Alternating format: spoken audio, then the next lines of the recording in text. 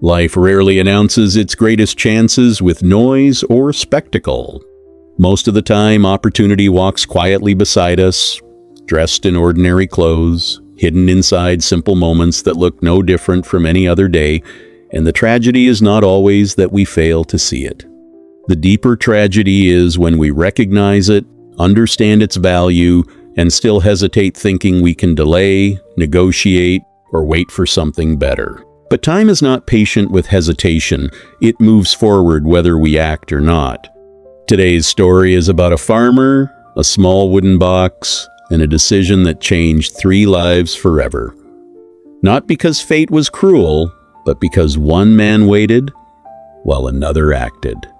This story may remind you of moments in your own lifetimes when you said, "Not today," or maybe tomorrow, and tomorrow never returned with the same chance. So stay with me until the very end, because this one might change the way you treat the next opportunity that stands silently in front of you. In a peaceful village surrounded by green fields and narrow dirt paths, there lived a hard-working farmer named Raghav. He was not rich, but he was respected. Every morning before sunrise, he would walk into his fields, carrying a worn-out hoe across his shoulder. His days were simple, planting seeds, watering crops, and praying for rain when the clouds stayed away too long. Raghav believed in steady effort. He did not chase dreams of sudden wealth or grand success. To him, a full harvest and a peaceful night's sleep were enough.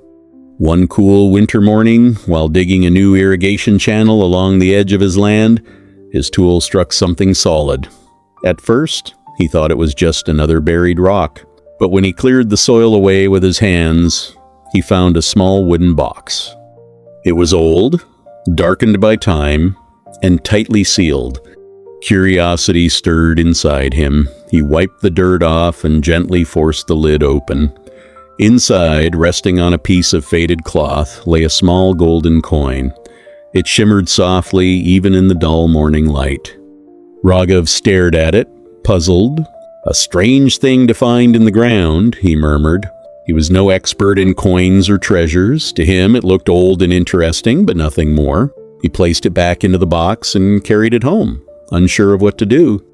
That afternoon, he walked into the village marketplace with the box tucked under his arm. He showed it to a few people, but most only glanced at it briefly before shrugging. "Looks old," one man said. "Maybe it's worth something," another guessed. "Or maybe it's just a souvenir." Finally, he stopped in front of a small antique stall owned by a merchant named Karim. Karim was known for buying unusual items, old tools, broken jewelry, faded paintings, anything that looked slightly rare. Karim picked up the coin carefully. His eyes narrowed as he studied its markings. "Where did you find this?" he asked quietly. "In my field," Raghav replied.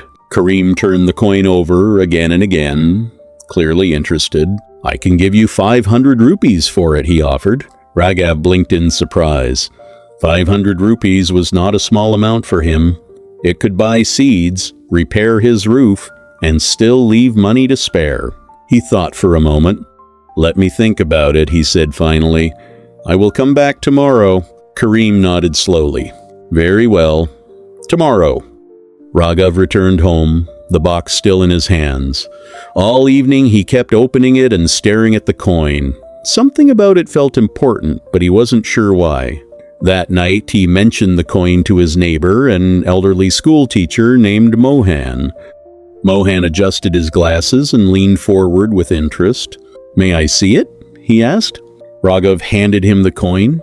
Mohan examined it closely under the dim glow of an oil lamp. His expression slowly changed from curiosity to astonishment. "Do you know what this is?" Mohan whispered. Raghav shook his head. This is extremely rare," Mohan said. "It looks like one of the ancient royal coins from centuries ago. Collectors would pay thousands for this, maybe even more." Raghav's heart pounded. Thousands? He sat in stunned silence. The next morning, he woke early, determined to sell the coin to Karim, but now at a higher price. Meanwhile, across the village, another traveler arrived quietly. He was a historian named Dev, passing through on his way to a distant city. He had spent years studying ancient artifacts and coins. As fate would have it, Dev stopped at Kareem's stall while exploring the marketplace. "Anything interesting today?" he asked casually. Kareem sighed. "Not today," he said. "Yesterday, a farmer brought me an old coin. I offered him 500 rupees, but he said he'd come back today." Dev leaned forward instantly. "An old coin? What kind?" Kareem described it. Dev's eyes widened. "Did he sell it yet?" Dev asked urgently. "Not yet," Kareem replied. "He said he would return this morning." Dev waited anxiously. Minutes passed, then an hour, but Raghav did not arrive. Instead, another villager walked into the stall carrying a small wooden box. "I heard you buy old things," the man said. "My cousin found this coin long ago but never sold it. We need money now." Kareem opened the box. It was the same coin. Raghav had lent it to a distant relative the night before for safekeeping, and that relative, desperate for money, decided to sell it first. Dev wasted no time. "How much?" he asked. Kareem hesitated. 500 rupees? Dev immediately placed the money on the counter. "Done." He picked up the coin carefully, holding it as though it were made of glass. Moments later, Raghav finally reached the marketplace, slightly out of breath. "I've decided," he announced proudly. "I will sell the coin, but for 2,000 rupees. Kareem looked at him with a strange expression. "It is already sold," he said quietly. Raghav froze. "Sold?" he whispered. "Yes," Kareem replied.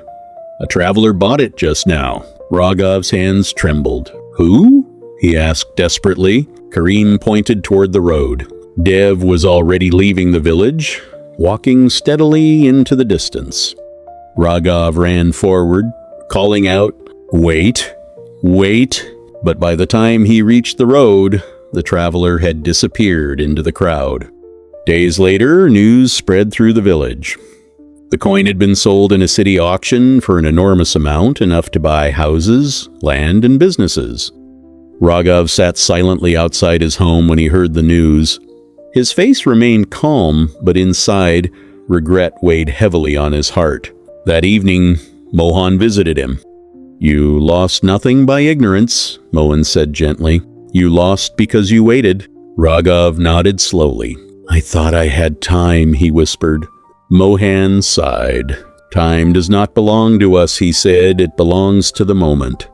This story carries lessons that echo through every part of life. First, do not delay when the moment is clear. Waiting for the perfect time often means losing the only time you had.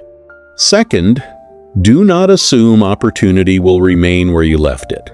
Life keeps moving, and chances move with it. Third, understand that hesitation can cost more than mistakes. Acting and failing teaches you something. Waiting and losing teaches you regret. The farmer did not lose the coin because he didn't understand its value.